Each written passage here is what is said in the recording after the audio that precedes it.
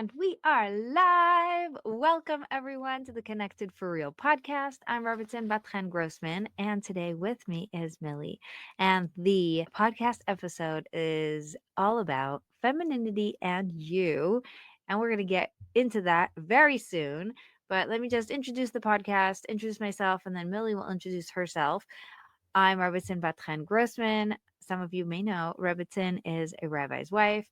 And this podcast is all about the four pillars: God, marriage, business, and you, because I am obsessed with the intersection between marriage and business.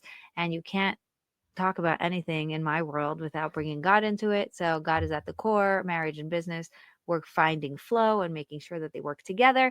And then you are the container of all that. So today we're focusing on you and your ability to contain and to be and to hold and to grow and to create space and have more capacity for all this good stuff. And we're leaning into femininity. So, with all that being said, Millie, introduce yourself and tell everyone what you are all about. So, hi. First of all, thanks for having me on the show. I'm very excited. My name is Millie Schweky. I'm a physical therapist specializing in pelvic floor dysfunction. So, I treat women across the lifespan from new brides all the way through pregnancy, postpartum, menopause, postmenopause, and beyond. So, very happy to be here. That's exciting. So, when we were talking about what topic we wanted to pick, something about femininity like really excited you, made you like, that's my topic. What was that? Okay, so I'll tell you. There's been a shift in my life over the past couple of years that not only affected my life, but also the way that I treat my patients in the clinic. So I don't know what came over me. I have two kids, thank God. So my second is she just turned two. And after she was born, like something in me just like totally shifted. I used to be a workaholic, like a 50 plus hours a week workaholic. It started before I had kids. I was actually pregnant and going through some like mental health stuff. And I was just like in hustle mode, go mode for so many years up until that point. So it only felt natural to just keep going with it. Like I had this baby coming and I didn't know what to expect. And I didn't have any confidence that I was capable of being a mother or doing any of the things. And like there's a lot more to it, but that's the gist. And I really burnt myself out while I was pregnant. After I had him, I went back to work like way too quickly. I was also facing postpartum depression and prenatally, like just all of the things. And it really affected my relationship with my son and my husband. And it just was a vibe. That was a good time. So something shifted like right. It was like it started right before my daughter was born. Like me and my husband were away, and I realized when I go back to my real life, my reality, that's not what I want to go back to. Like something needs to change. Mhm. And I woke up a little bit. I raised my prices. I dropped a bunch of clients that I just like didn't have time to take anymore. I referred them to other people. I was like, I have to like stay home at least one morning a week and be with my son. I need to have these boundaries. And I set them. But then when I had my daughter, I just took it to a whole new level. At that point, we moved to Israel. And I just took it upon myself to slow down. I was in overdrive. I was incredibly burnt out. And I just knew that I had a new opportunity. I had a new place. There could be new mazal. I'm starting a clinic from scratch. I had a booked out clinic in New York. I knew I was starting over. So I was like, I'm going to set the boundaries. And I was able to set real boundaries and real hours. And the reason why the topic of femininity spoke to me is because, first of all, just being in touch with the fact that I was in go mode, like was big just to even like notice it. I think so many people could go their whole lives without realizing it that they need to slow down.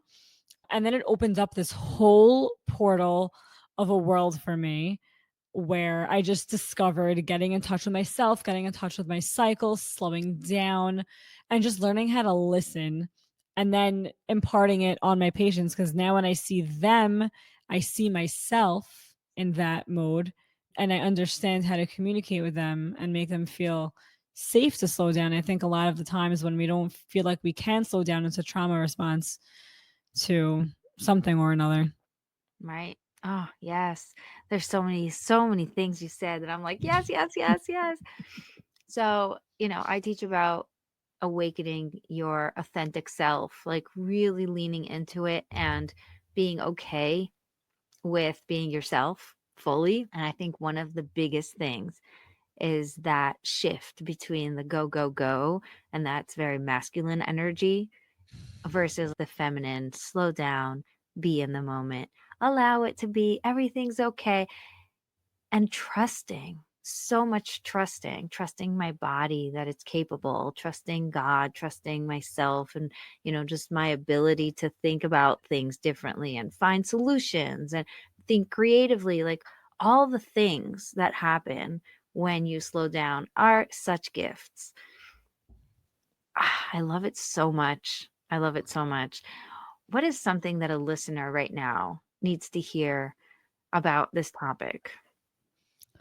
One of the biggest things I'm learning is when you're in your feminine energy, you have more flow, more intuition, more creativity, and it's very easy to ignore. And I think the first step to getting there, from what I see in myself and in the clinic, is that you're safe in your body.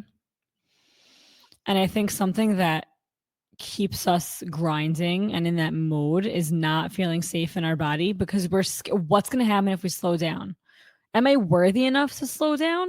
Like what am I worth if I'm not producing, if I'm not doing anything? And that's such a masculine way to think.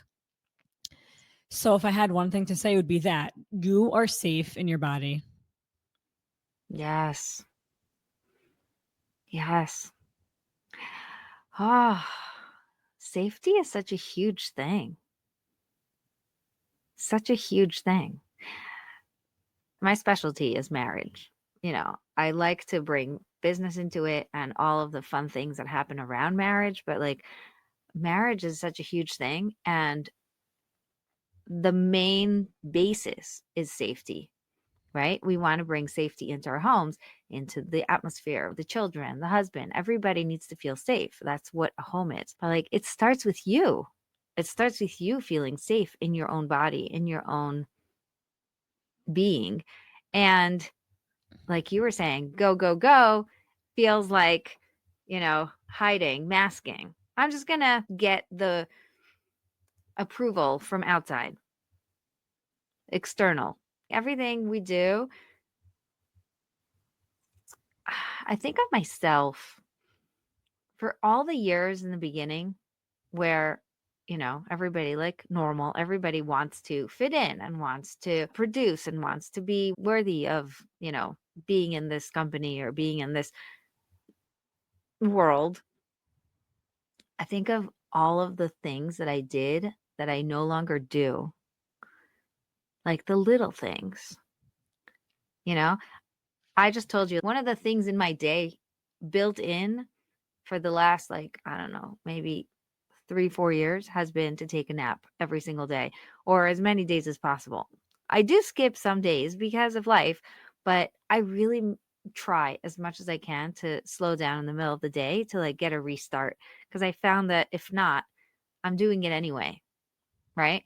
So the old me would sit on the couch, scroll, or just like, veg, or be like, oh, I'm too tired to do anything, but I'm not actually resting, but I'm not doing anything.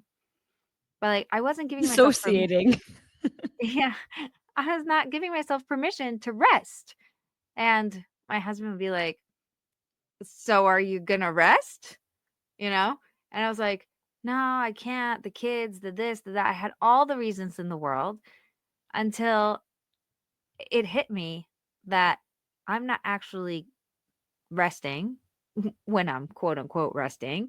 And it's not only hurting me, but it's hurting everyone else because I'm teaching them that they're not worthy of taking a break. I am showing them that it's okay to veg and just be on the phone or whatever, like as an okay way to escape. Like all the things. It was just so not working. And it's like in the moment, this whole thing started when my daughter turned 14. Now she's 18. and she gave me a blessing that I should get a nap every day. And I felt really embarrassed. I was like, "What? No, that's so much. That's like too much for me." Like, I don't know, it just feels so wrong. I'm just gonna say it. It's exactly what felt like it's coming out of me to say, like, it just felt so wrong.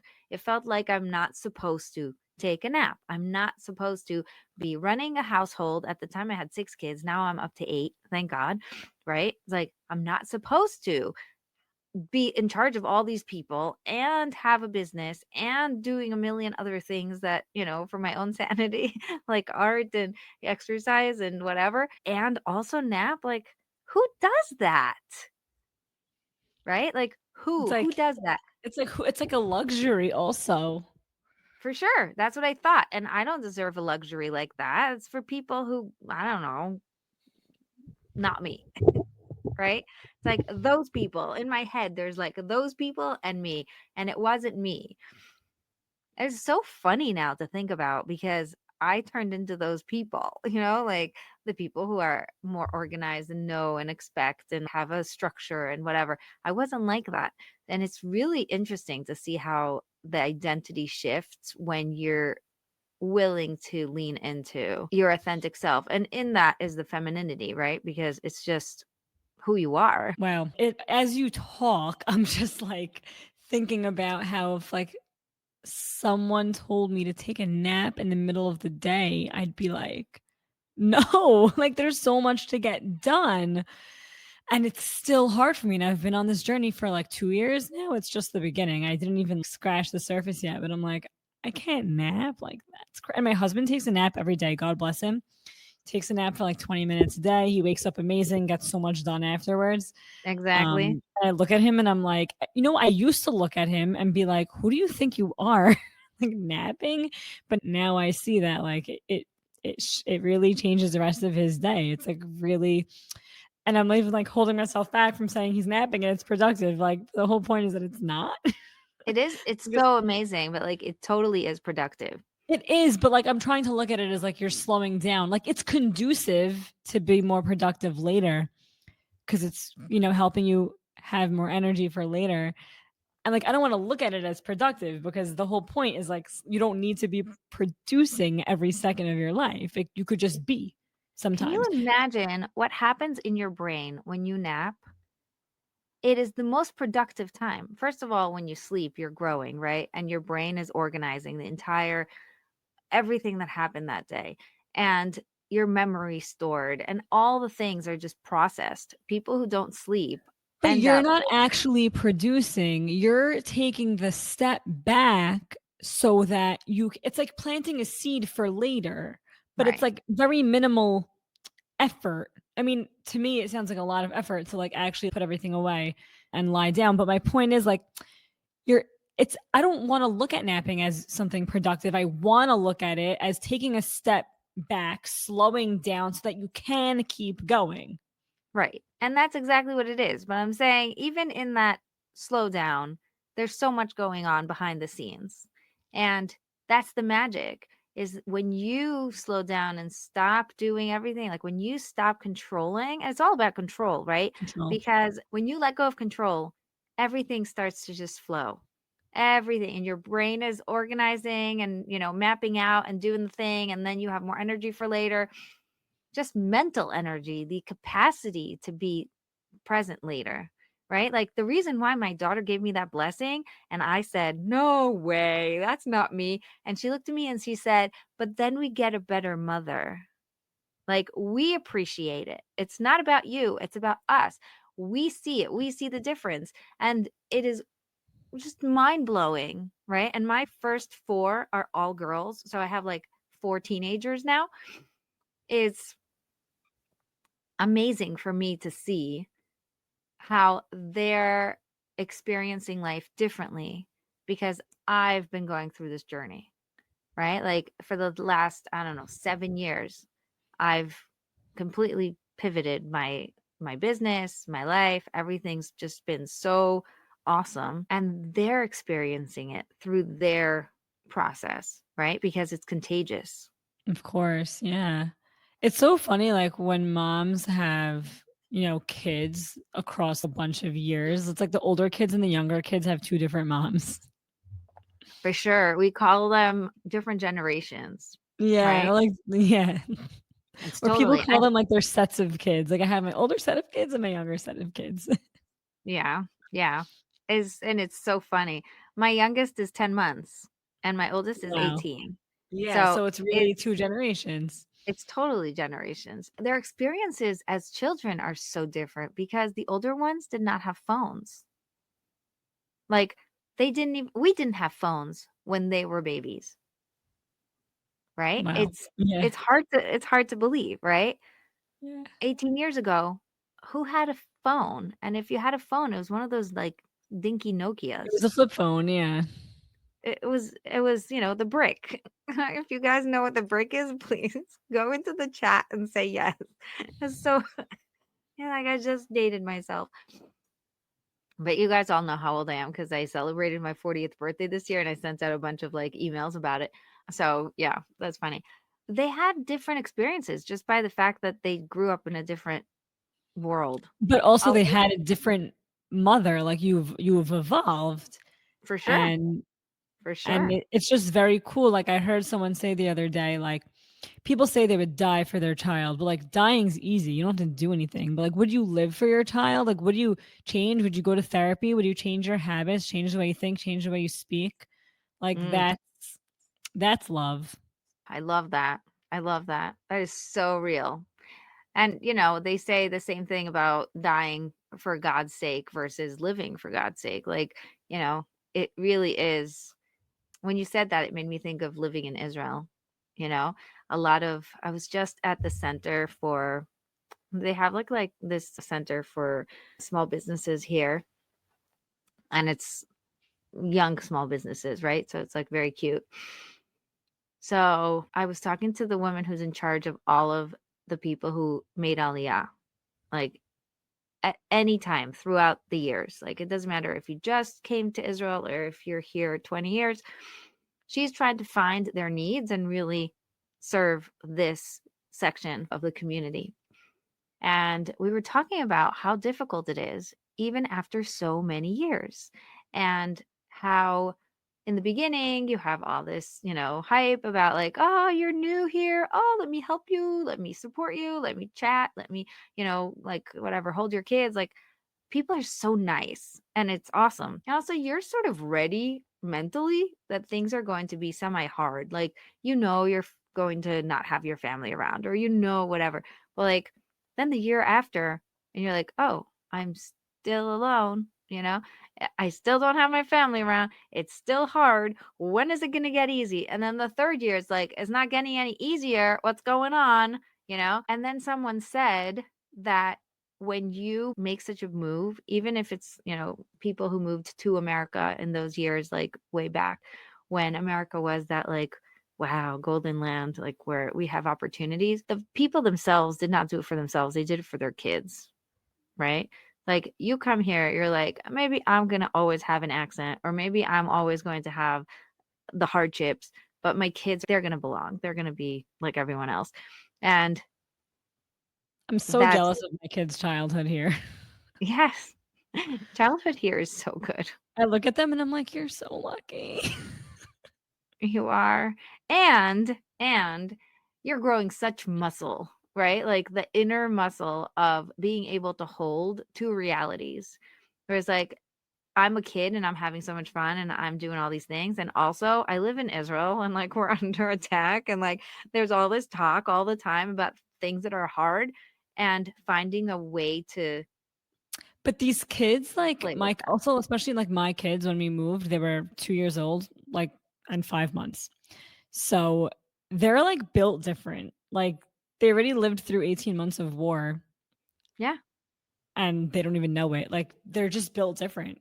They Yeah. had to deal with all the repercussions of that without it's incredible. Yeah, so I'm saying it's an inner muscle and you end up falling back on that. We're like, okay, we've gone through a lot. We can get through this too because you just have this inner trust. Yeah. Which brings us back to the safety. The safety, the trust. It's really hard. Letting go is a lot of the hard part. I'm thinking about it in terms of like chronology. Like, I think you have to let go first and then you could feel safe. I think if you try to feel safe first, you'll never let go, if that makes sense. Mm, that's so interesting. I went to a class once and she said, and I realized I was holding on so tight and I was in so much control and like, yeah, I just couldn't. I was too much like this. So she took her hands and her fists were like very tight. She says, I looked out the window, I took a deep breath, and I opened up my hands and let go and let God take it over. Right. And then I opened up my hands and I just felt so free and so safe and whatever. I wish And it so was that easy. I know, and I went home and I was like, "Okay, I'm gonna do it. I'm gonna do it." And I'm all excited and I'm putting my hands and I'm like tight, tight, tight. And I'm like thinking, "Okay, God, I'm gonna let go." And I open up my eyes and I'm still super tight. My fists are like tighter than ever. And I'm like, "Okay, that didn't work. I'm gonna do it again. I'm gonna take a deep breath and I'm going to take it and like let it go." And I'm like, and my fists don't open and I just realized how tight I'm holding it and how not easy it is to just let it go. It's not it's such work. It's such hard work. I did this exercise with someone once. I work with like an energy practitioner, and we did this exercise where I was holding on to something and we realized it wasn't mine. Like it was someone else's baggage. And we did this exercise where I was like standing at the top of a mountain with my eyes closed. Well, no, sorry. I was closing my eyes. I was picturing myself at the top of a mountain with these two suitcases that didn't belong to me. They belonged to like my two of my ancestors. And I'm like holding them and I'm like closing my eyes, just like, okay, now throw the suitcases off the mountain. And like I literally the first few times I did it, I closed my eyes. I saw the suitcases like go down and then come right back up to me.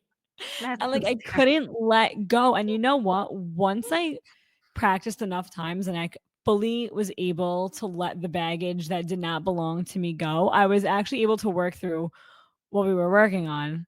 And Right. it was like really incredible. And sometimes when I see those pesky symptoms come up, I like have to reclose my eyes and throw away my suitcase again.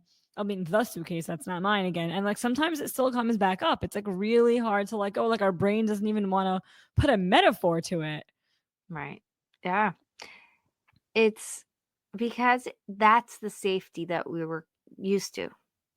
It's like the old patterns also. Like we love the old patterns because they're so familiar and all they do is keep us stuck if they're not healthy. But like they feel safe to us even if they're toxic because it's just so familiar. You know what to expect even though it's pretty much subconscious at that point. Right. But you're scared to change it up. Of course. It reminds me, I have women who come and tell me their husbands are always miserable. And it's like, I just want him to be happy. And I said to him, but he's happy being miserable. Like, this is his comfort zone. He knows how to complain. He knows how to walk around the house and get this, like, ah, that's what he knows. That's what he grew up with. Those are the sounds that make him feel at home. So if he doesn't have that safety, what do you want from him? He's creating it. And it's just, But why you not know, challenge that? Why not challenge that in of your course you could spouse? challenge it, Yeah, but I want him to be happy. He's not happy. It's like, how do you know? You don't know. Just right. because he's doing these things does not mean he's not happy. It could be that he's totally happy. Sometimes I tell my husband, like, don't freak out so much. And he's like, check my pulse. I'm not freaking out at all.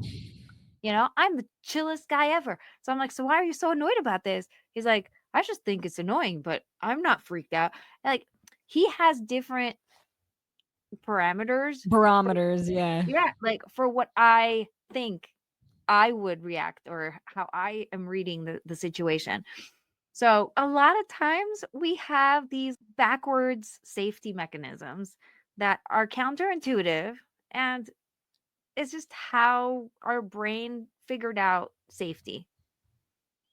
It's And really, really hard work to break these old patterns. It is like a full-time job to break these patterns. so I want to challenge that. I want to challenge that I would because you're love to like, I would love make me think differently. I'm very open to it. yeah, okay. So, oh, this is so much fun. When I said to you, this is just how he is, and you're like, let's challenge that. Of course, we're going to challenge that, but not by changing him, right? We need No. to figure out a different way that actually works because I can't control him. I can only control my safety and myself. Once I create safety, then I unhook from him having to be happy. I could just be happy because I'm happy, even when everyone is miserable around me, And then you'll right? see the energy that you're kind of putting out there is bouncing off of him, and he might be a little bit less grumpy because he's just Not feeling your vibration change. Not only that, but because so okay, this is so fun because you don't know a lot of my work, so I get to like, preach around here. So imagine you walk into the house and there's a mirror, and the mirror is showing you that there is a stain on your shirt. So what do you go right away to do? Go clean You it off. clean off the mirror, it doesn't come off. You scrub the mirror, it doesn't come off. You like spray and, I don't know what, you bring all the bleach, everything, nothing comes off the mirror. And you get really annoyed. You start screaming at the mirror, nothing. As soon as you clean up your own shirt, what happens to the mirror? Mirror's clean. Oh, look at that. And now you go to a different mirror, and that mirror is clean too. Surprisingly, like somehow all mirrors are now clean just because you did one action, which was clean your shirt. Mhm. So we are the center of our reality, and we keep bumping into things and people that create mirrors for us to see what we have to work on. This is the journey I've been on, just so you know. So I'm not familiar with your specific work, but I'm familiar with this Of concept. course, So, you know. I didn't invent anything. I've been on this journey too. Yeah. And I love this analogy because it makes it so clear. When you work on your part, like my husband is, I don't know, unhappy. I need him to be happy. Wait, I am dependent on his happiness. There's something codependent here. It's not healthy. Mhm. So I will now create my own safety and my own happiness, and I will lean into that. Not because I don't need him, right? Some people are like, okay, well, now I'm happy. I don't need my husband anymore. Chuck, no, please don't do that, right? like, like it reminds me of Marie Kondo. A lot of people were getting divorced after they decluttered their whole house because they realized he doesn't bring joy. It's like, I don't need him. And it was really bad. It was so bad. Like people were really like, stop. Anyway, it was like a very interesting, and because I'm all into marriage, I was really on top of that. But anyway, so it's not because I don't need him that I'm going to be happy. It's I am happy because I get to be happy no matter what. And I love him the way he is. When you do that, you suddenly create no need for him to be unhappy anymore because he was just being unhappy for you to notice that you were in this pattern. And so as soon as you let go, you basically unhooked from his need to be unhappy. There's something that just the way God created the world, it's like magical that he just joins you. Like, oh, now that you've found your safety, I can now join you in my safety. And now we're like, a completely different couple. And this is what I do all the time. It's like in 3 months, women are coming in crying and walking out all like, oh my gosh, how did you do that? Like so fun. Right. And that's why I do what I do because it's just, I couldn't run away from it. Thank God. So let's talk about what you brought up, which was the reason why I was like all excited. You Yeah. said it's hard work. I think it is, yeah. I think And I mean, I'm talking from personal experience also, but tell me what you're gonna say. one of the biggest things is that we end up tasting this understanding that it's all about me and I need to change and I need to take responsibility and I need to transform, and if I can just better myself, heal, let go, blah, blah, blah, then the things will change, or then, everybody around me will sort of come and join me. And so we end up taking a lot of responsibility for things that are not necessary. We also end up going into control mode Because, like, oh, all I need to do to fix this is fix myself. Let me go fix myself. And so, like, we go from fixing myself to fixing myself to fixing myself. It's like this, like, hamster wheel that never ends. And our life looks like a roller coaster because we're like, woohoo, I'm up here. And then we go back down. We're like, ah, I'm back down here. How do I do this again? And then we're like, woohoo. And so we're constantly having highs and lows, and it's just not sustainable. So it's exhausting, and it feels like I just can't do this anymore. Forget about this whole inner work stuff. I'm just going to stay, down in the dumps and be happy. It's crazy. I was just with a friend today and I was telling her, like, I'm on this stupid healing journey and I'm so burned out. I'm Yeah, so burned out. Like, I'm going away with my husband next week. Thank God. I'm like, I need a break. I can't do it anymore. Like, I'm working on myself so much and I just want to not be self aware for a minute. exactly. Exactly. So in my journey, I'll tell you a little bit of my story. I was a graphic designer for 15 years. I went to Pratt Institute in New York, and I worked on Fifth Avenue, and I was like type A. I need to be perfect in everything and do the whole thing and whatever. Of course, I also, got married and was supporting my husband, and he was learning and became a rabbi and blah, blah, blah. And I was pregnant like right away. Like I was doing it all. And it's sustainable as long as you're excited about it. And then you start getting tired and you're like, why am I doing this all? Right? Like it really hits you. So, where was I going with this? Oh, That you're going to give me the secret sauce about how it doesn't have to be the exhausting secret sauce, the four because I'm steps. Okay. waiting. I'm going to write it Yeah. down. So, I was at a conference, and as a graphic designer looking for more clients, more work, more networking, more stuff. And at the table were all these amazing women who had families and had businesses and wanted to do the same, grow, get more clients, create networks, become friends. And I said, so what's your goal? And she's like, my goal is to make just enough, like that I have enough, but not enough that it will like throw me off. Right. And I was like, what are you talking about? And then the next person was like, yeah, I want to make more money, but not too much because I don't want it to like break my family. And one after the other, it was so clear that we are all holding ourselves back. Could you imagine guys at a conference sitting around being like, "Oh, I just want to make enough." Like, no. But, Who like, does why would that? someone limit themselves like that? Or, like, I don't know. It's just, like, Because too because prescriptive. if I make too much, it means I'm working too hard, and I'm a mother and I want to be home with my kids. And if I make too much, it means that I am not taking care of other parts of my life. Like it didn't Right, feel doable, right? Like in that mindset of, mothering and wifing comes first, and my business is here to support me, and therefore it has to stay as small as it needs to be or as big as it needs to be, like in this perfect size to sustain but not break.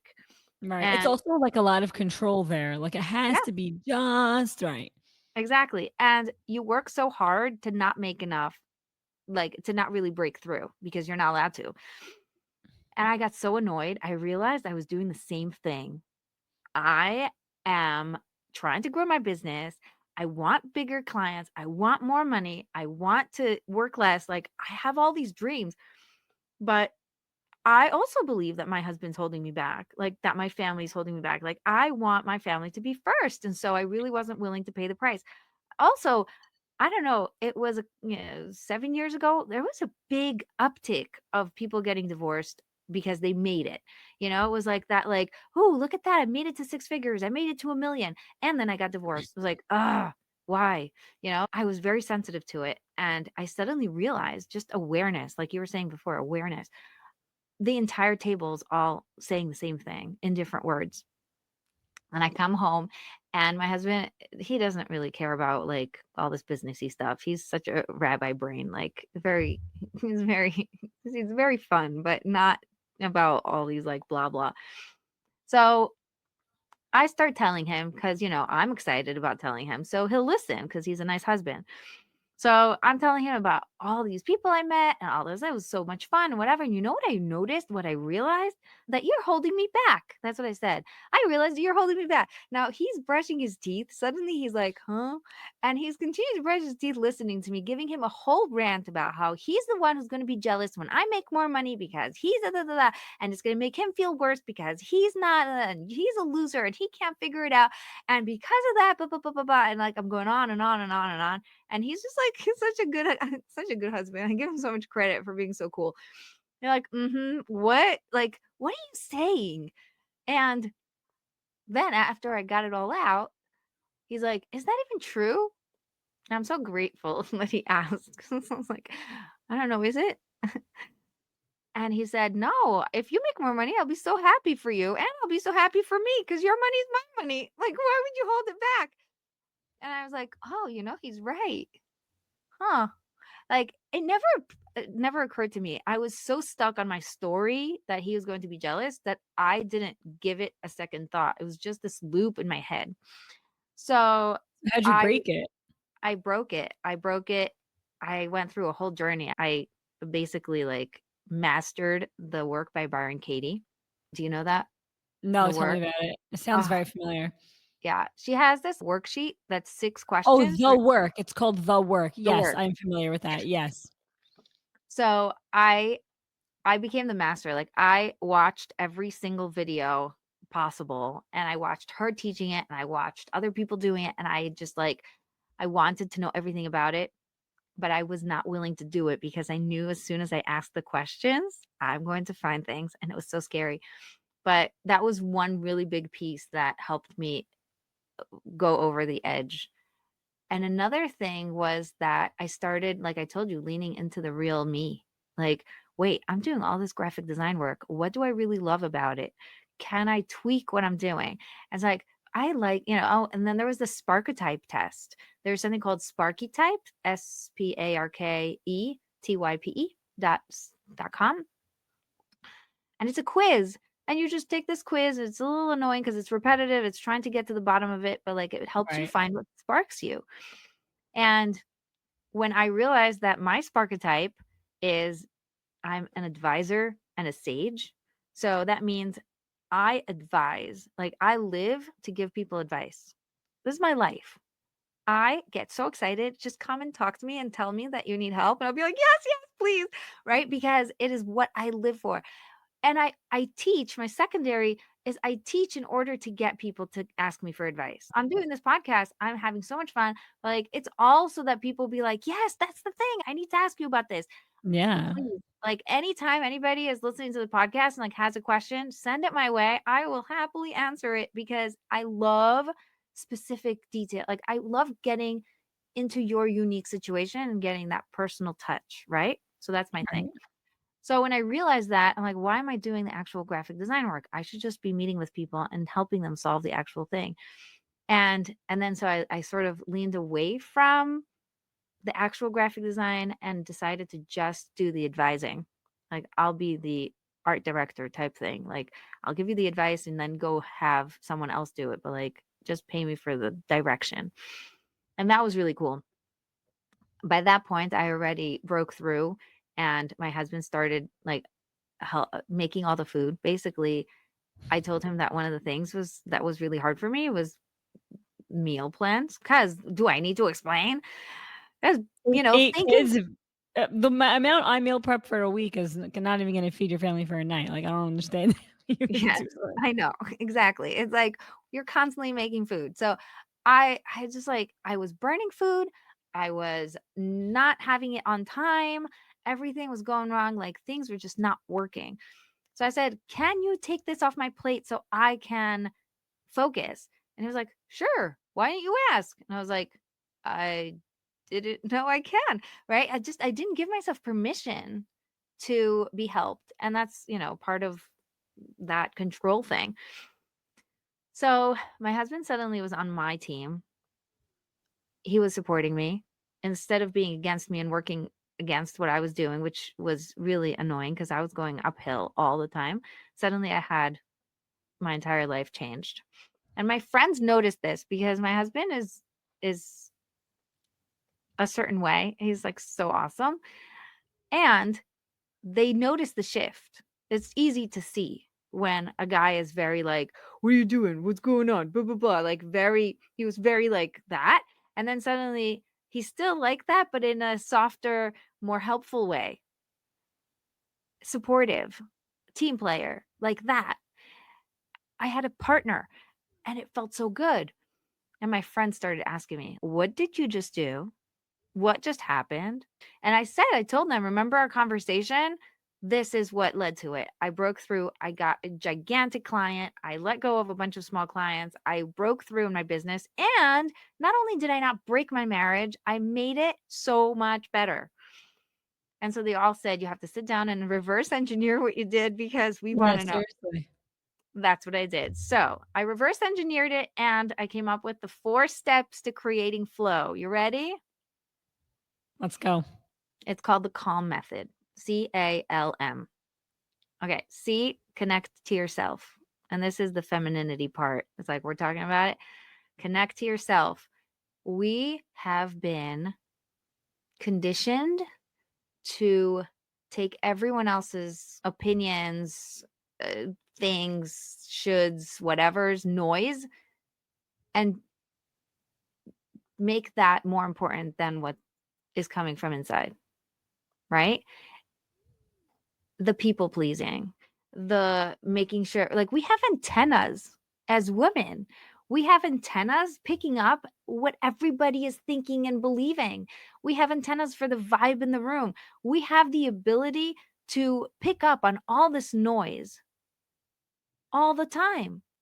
So Intuition. That's the intuition. that is what we think is intuition, but Is it really, not?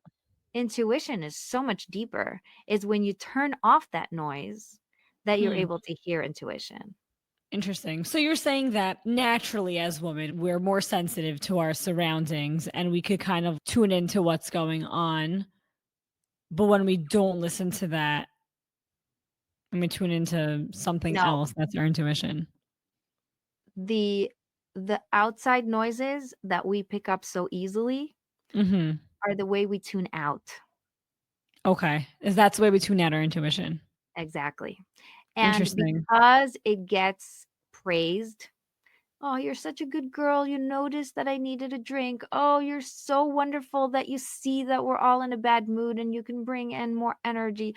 Oh, I love your positivity. Oh, you're so great." So we get points for being quote unquote good Interesting. because we have antennas to pick up everybody else's stuff. So what happens is that instead of investing my time and energy and attention on what's going on inside me, I'm investing all of my energy on everyone else's needs and wants and Okay. shoulds and shouldn'ts. And I'm giving that a lot of weight. And that is why it's so hard to be authentic because the authentic me is actually sometimes the exact opposite. You could be a very positive, outgoing person that's very happy and go lucky and just like with the flow. But really, that's a mask. And it's really scary to go behind the mask and see, "Oh, I'm actually not as happy as I thought. And I'm actually having negative feelings about this. Or I don't actually want to go along with this. And what am I doing? And how do I do? And how do I say no? Am I allowed to say no?" It's like there's a lot that comes up when I say connect to yourself. People are like, "I can't. I don't even know what I want. I don't know what is important to me. I don't know who I really am because I've been doing this for so long." And can you imagine the women? I love working with 50s and 60s because they're at the point where they're ready, they're done. Like, they got to the point where they're like, "I am done with this whole trying to appease everybody else. I just want to live." And they're like, "For 60 years, I've been doing this.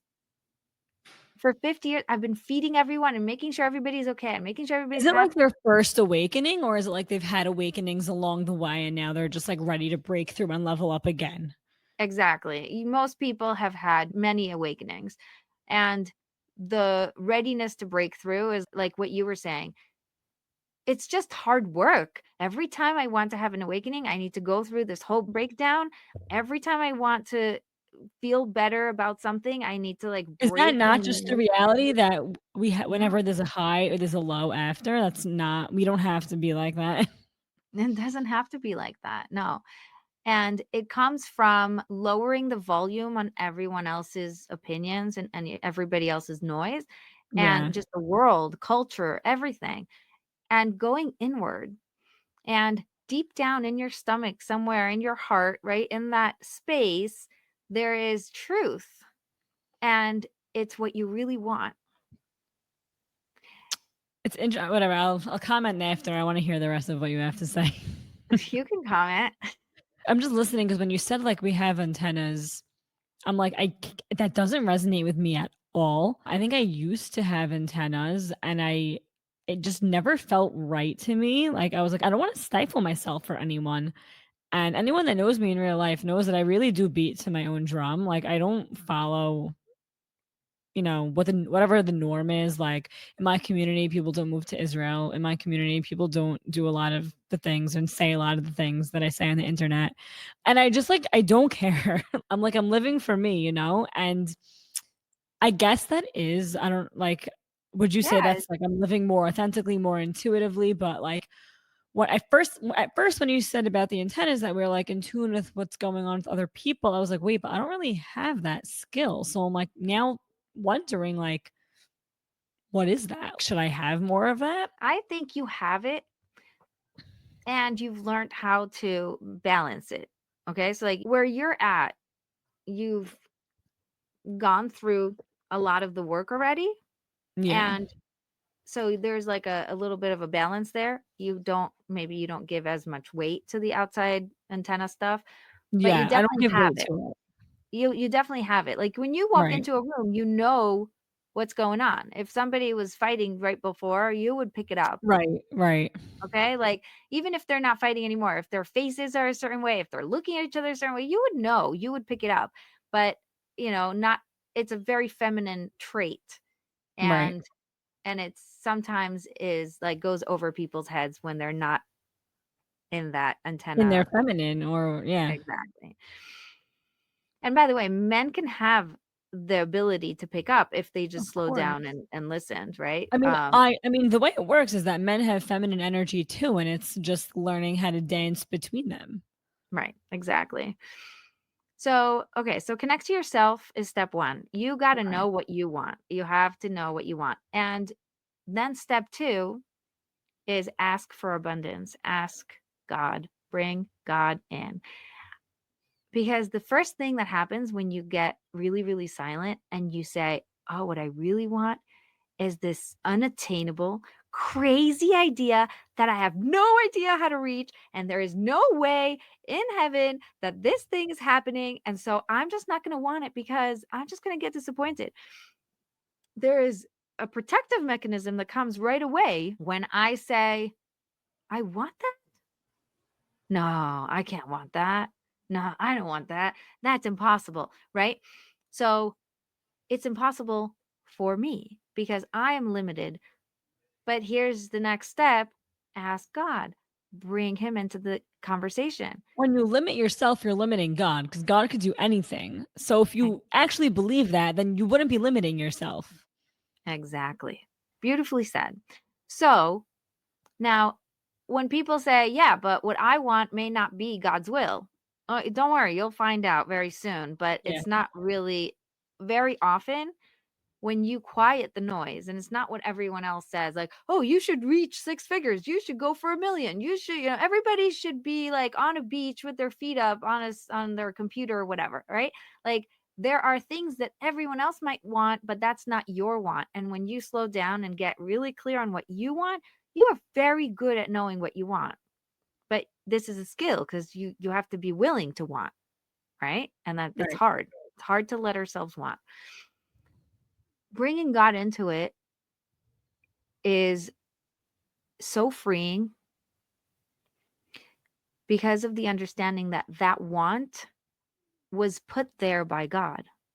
It is the first crumb in a bunch of crumbs now that are going to be taking you in the right direction.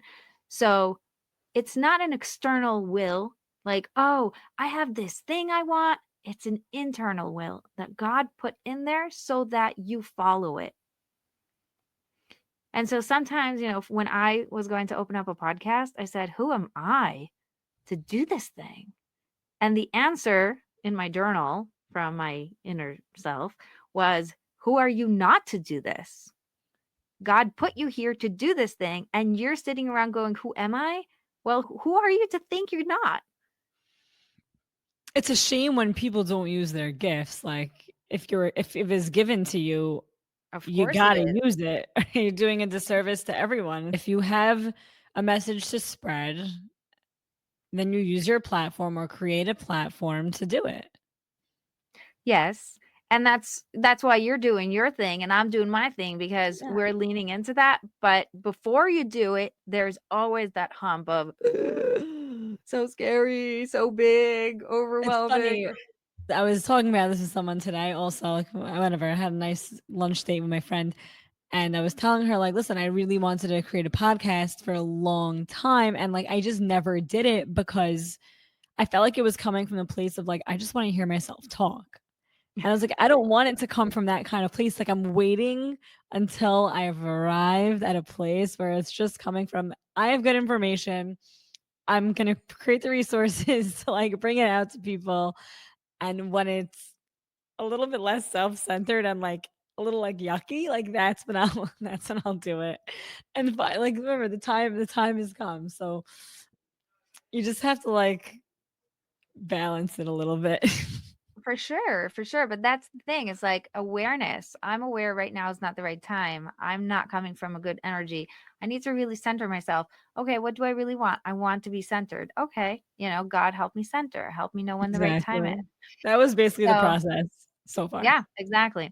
So connect to yourself, ask for abundance, and then listen for the answer. God speaks Wait, what's back. the A? Connect to self, Ask. abundance. Oh, listen. Wait, so what's the M?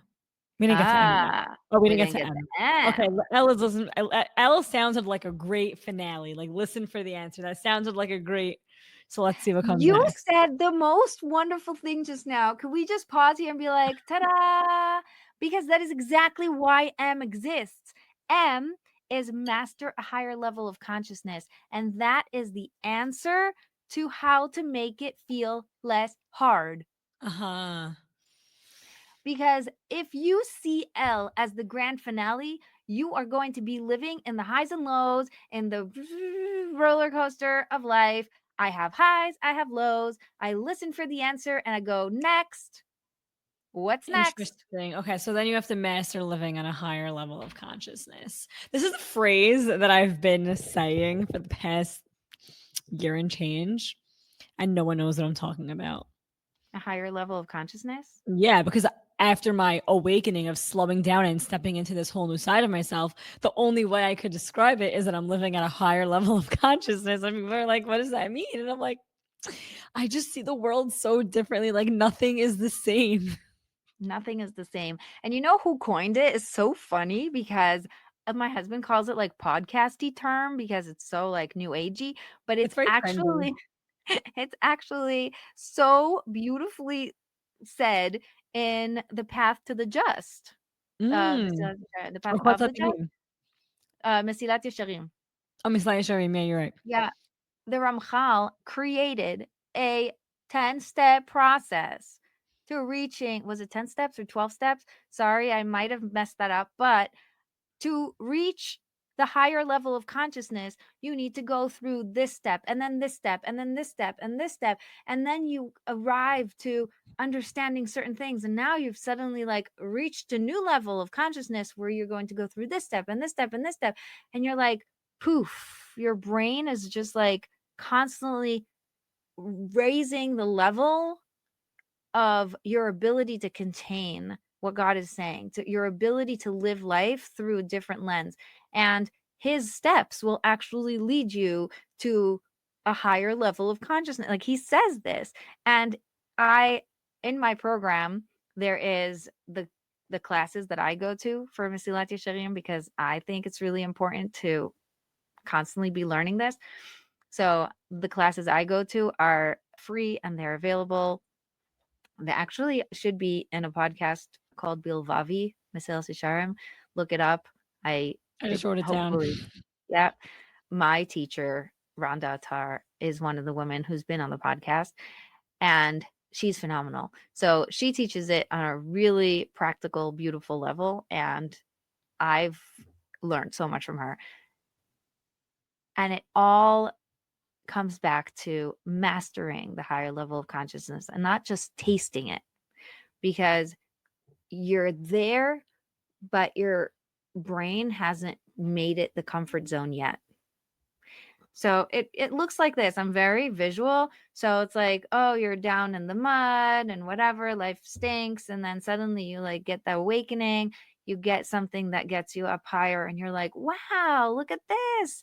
I'm flying. I could see things differently. I can smell things differently. The air quality up here is awesome. It's like just like everything's different.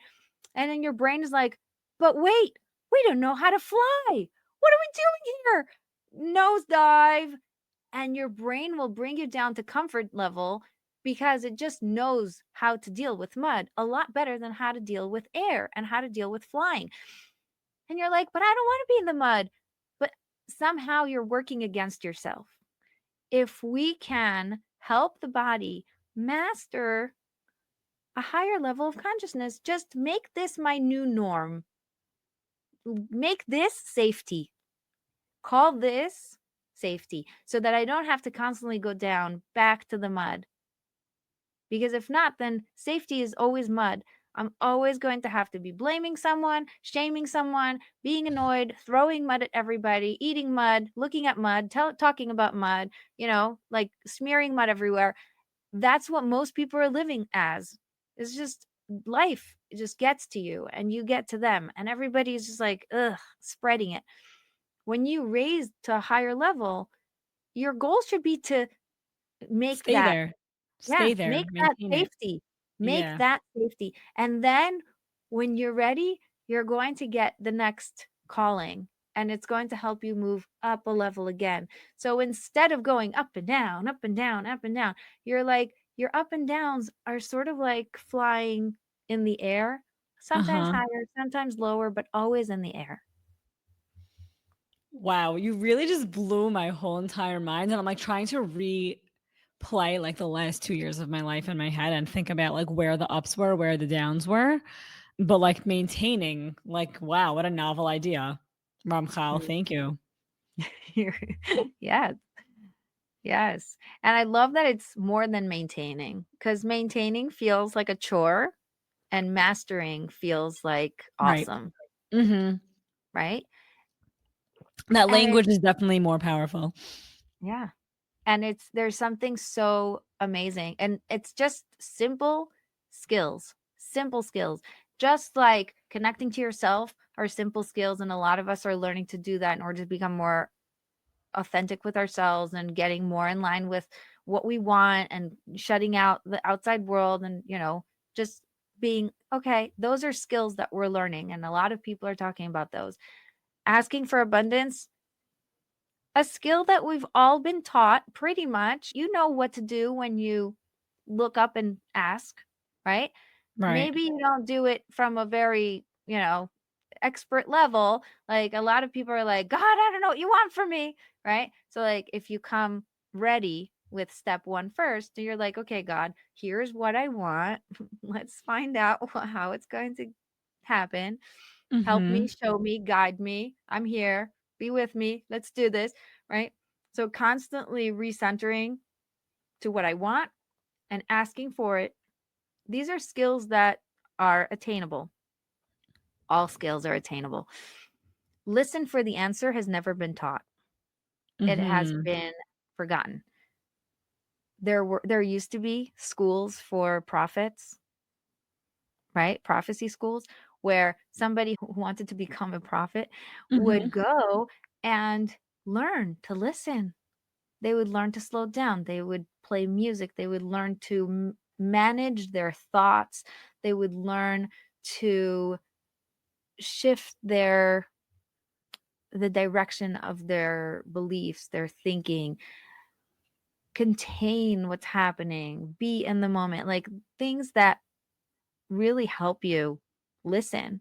And then they would learn to look for the signs. Like, our relationship with God is not one way. It's a two-way relationship. It is an actual both sides dialogue. And a lot of people are walking around the world, if they believe in God, they're talking to God and blaming God and screaming at God and screaming for God, but they're never taking the time to look for what the answer is. It's so powerful. Yeah. But I then think once you have the answer, you get to master that. yeah, I think well, one thing is like kind of what we started off with was like learning how to tune into that is a very feminine trait, I think. Would you say like the the Nevi'im needed to step into that? Like what would you say about that in terms of like masculine versus feminine? Do you think that's them because they were mostly men, the Nevi'im, like they would you say they had to connect to their feminine energy to receive prophecy? That's very interesting. I think it might. Yeah. Yeah. Because we do have women prophets. It Mhm. is a thing. Yeah, but they were the minority. It might There's no, no the there's no minority is book. There's no books about them. well, it might be that they were just all over the place and it wasn't special. Right, maybe. Right? I feel like there well, we for sure know about a bunch of prophetesses. I don't know if that was the right word. My husband's gonna laugh at me now. But it's definitely a feminine trait that they had to lean into. Mhm. Just to listen, like, to do that. Just to do that. And, like, also, like, to comprehend that you can do that. Like, that is a thing, you know what I mean? Like, you know that classic story about the guy stranded on an island and he's like, "God send me a sign, God send me like, save me," and he sends a plane and he sends a boat and he's like, "No, like, I'm waiting for God to save me." And God's like, Mhm. I sent you all the things." And it's, like, such a classic that would never happen to a woman, you know? Like, that would happen to a man. Well, I don't know. There is men and women. They all, there are just like you say, like that. All rich people are whatever, and all poor people are like. You can't generalize I know anything you because can generalize, but there's always everything of both. yeah, and listen, I Um, don't think in black and white there's, the whole gray between, but I'm saying like just to understand that it's a thing that you can listen, that you can receive an answer. I think that's like just to comprehend that is a big step. yeah. When we were dating, our first date, my husband picked me up from work. I was working on Fifth Avenue. He picked me up from work, and we went somewhere out to eat because it was right after work. And even though you're not supposed to go out to eat, whatever, he knew I was going to be hungry. Such a good guy. Anyway, so he took me out to eat and he's like, "Oh, now we have to wait for parking." And I was like, "What's the problem? Just ask God." And he's like, "What? It doesn't work like that." And I very naturally, because, my business connected for real, super connected from forever. That's like my superpower. And I'm also very practical. That's the for real part, right? So like I'm like, "Okay, Hashem, we're looking for parking. We need a spot near this place. Like, please send it to us. We're ready to receive it." And my husband was like, "That doesn't work."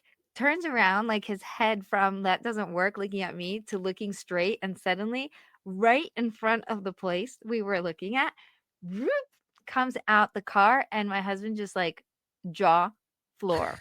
Boom. That's how it works. What just happened?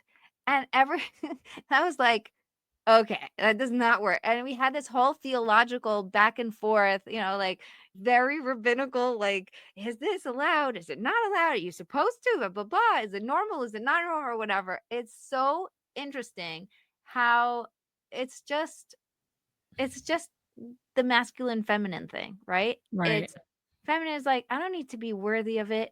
God just loves me. He wants me to be happy. He wants everything to flow. And it's okay for things to work out. And the masculine is like, it has to be like done this way. And this is like very linear, very things have to be a certain way. It's okay. We need both. right? Life is about the combination of both. This is why we have marriages, because it's a very important thing to have both. And ever since then, it's just been like, okay, turn on your bitachon button, you know. And we have a little funny joke about it, but like, it's changed, it's opened up his mind when he saw it possible.